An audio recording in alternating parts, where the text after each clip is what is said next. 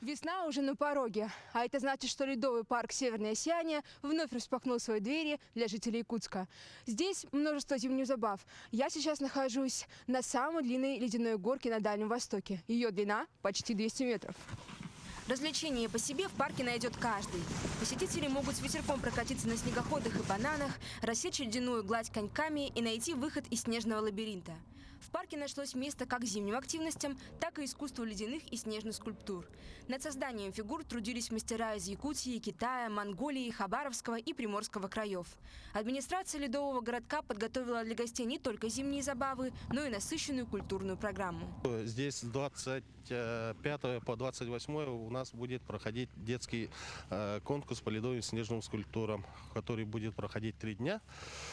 Примут участие 15 команд совместно с окружной администрацией, управлением культуры и духовного развития. И наш ледовый парк будем проводить этот конкурс.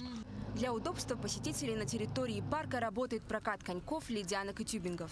После активного отдыха гости могут согреться и выпить горячий чай в кафе. Каковы же первые впечатления жителей Якутска от посещения парка? Да вот сегодня горка открылась, сказали нам, по радио услышали. И пришли вот с сыном, катаемся, очень круто, классно.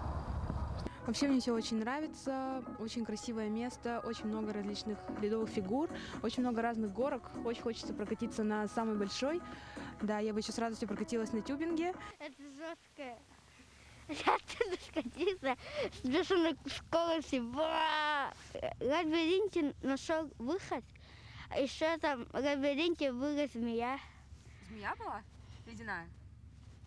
Горожане могут сполна насладиться зимними развлечениями в парке «Северное сияние». Ледовый парк ждет посетителей с 11 часов утра до 11 часов вечера без перерывов и выходных. Эржена Гармаева, Владимир Павлов, Якутск.